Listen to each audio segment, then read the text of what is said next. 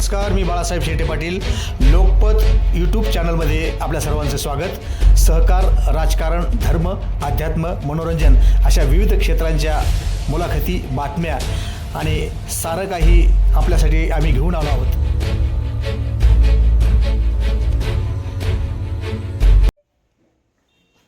नमस्कार, मी बाळासाहेब शेटे पाटील. आपण पाहत आहात Lokmat news network and Lokmat YouTube channel. महाराष्ट्राचा बिहार झाला आहे का, असा प्रश्न यावेळी आपल्याला अनेक वेळा पडलेला आहे. यावेळीसुद्धा पडलेला आहे. मात्र अनेक वेळा हा प्रश्न पडलेला आहे. मात्र हा प्रश्न बदलून आता त्या प्रश्न थोडा बदल करण्याची वेळ आली आहे. आता महाराष्ट्रातल्या बीडचा बिहार झाला आहे का, असा प्रश्न बीडवासियांसह सर्वांनाच पडला आहे.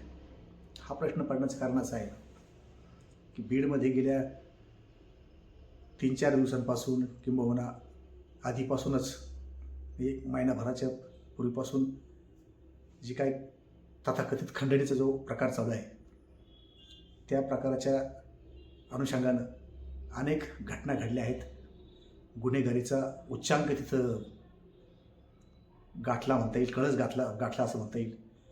कारण एक पापभिरू, निस्पृह आणि सर्वांच्या सुखदुःखात सतत सहभागी असणारे, अनेकांच्या मदतीला धावून जाणारे असे जे सरपंच आहेत, संतोष देशमुख, अतिशय तरुण, उमदा तरुण आणि एकदम एक 22-23चा 25च्या आतला 25 जे आहे, वयाची 25 जे आहे त्यांनी पूर्ण केले असे संतोष देशमुख यांचा निर्घृणपणे त्या ठिकाणी खून करण्यात आला. आणि या खुनामागचं कारण खंडणी हेच असल्याचं आतापर्यंत तरी स्पष्ट झालं आहे. कारण माझे आमदार भीमरावांना सुरेश अण्णा धस साहेब, सुरेश अण्णा धस माझे आमदार यांनी जे आता मध्यंतरी नुकतंच लाईव्ह सांगितलं, लाईव्हद्वारे त्यांनी असं सांगितलं की यामध्ये या गुन्ह्यांचे काही आरोपी असतील त्या आरोपींना कठोरातल्या कठोर म्हणजे फाशी शिक्षा किंवा जन्मठेप हेच अशी शिक्षा देण्यात यावी. कारण या आरोपींच्या क्रौर्याची आरोपींनी क्रौर्याची फार एकदम परिसीमा गाठली आहे.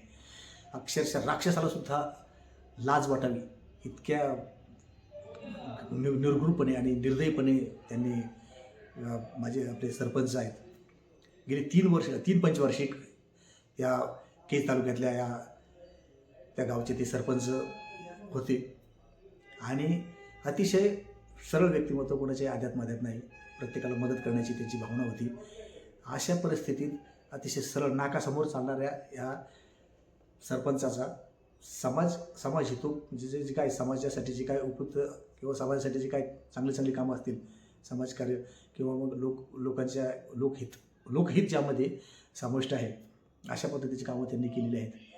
मात्र त्यांच्या हत्येला जो काय त्यांच्या गावामध्ये जो प्रकल्प होता पवन ऊर्जेचा, त्या प्रकल्पाच्या अनुषंगानं किंवा मग तिथं खंडणी मागण्याच्या पद्धतीनं, ते खंडणी मागण्याच्या उद्देशानं हा किंवा त्यांनी सरपंचाची काय मयत सरपंच देशमुख यांनी त्या कार्यालयाला, कंपनीला जागासुद्धा उपलब्ध करून दिली होती आणि एक सामोपचाराची भावना त्यांनी प्रतिवेळ घेतली होती.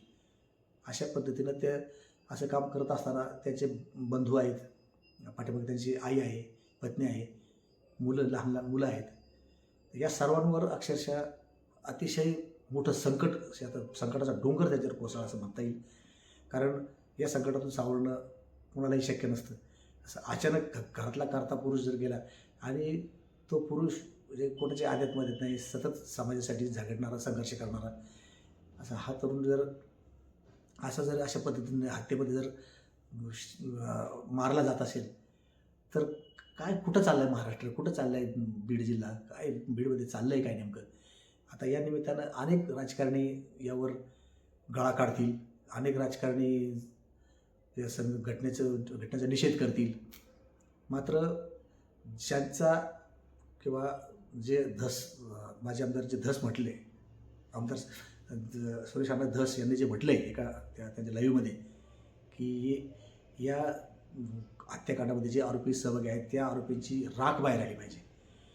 म्हणजे एकतर त्यांचा मृत्यू झाला पाहिजे, जन्मठेप म्हणजे फाशी शिक्षा, फाशीनंतर त्याची राख बाहेर आली पाहिजे किंवा जन्मठेप. आता जन्मठेपसुद्धा बरीचशी कठीण झाली आहे, इतकी सोपी राहिली नाही जन्मठेपची प्रक्रिया.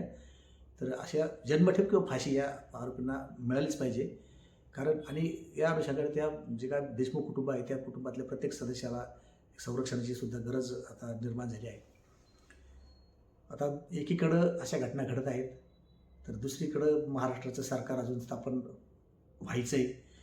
मुख्यमंत्री उपमुख्यमंत्री यांनी शपथ घेतली, मात्र पुढचं मंत्रिमंडळाचं विस्तार असेल काय असेल बऱ्याचशा अशा प्रक्रिया आहेत त्या पण अजून लांबणीवर पडलेल्या आहेत.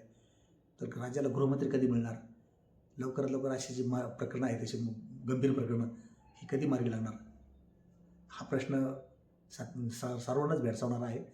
आणि महाराष्ट्रात हे जे अराजक सुरू आहे ते कोण करतं याचे त्याच्या पाठीमागे नेमकं तो म्होरक्या कोण आहे. जे आमदार शिंदे यांच्या धस यांच्या भाषेत जर सांगायचं ठरलं तर या बघ आका कोण आहे आका, तर त्या आकाला त्या म्होरक्या जो आहे म्होरक्या जेरबंद होणार का आणि या कुटुंबाला न्याय मिळणार का याकडे सगळ्यांचं लक्ष लागलं आहे. तुर्तास या ठिकाणी आपण थांबतो आहोत. धन्यवाद.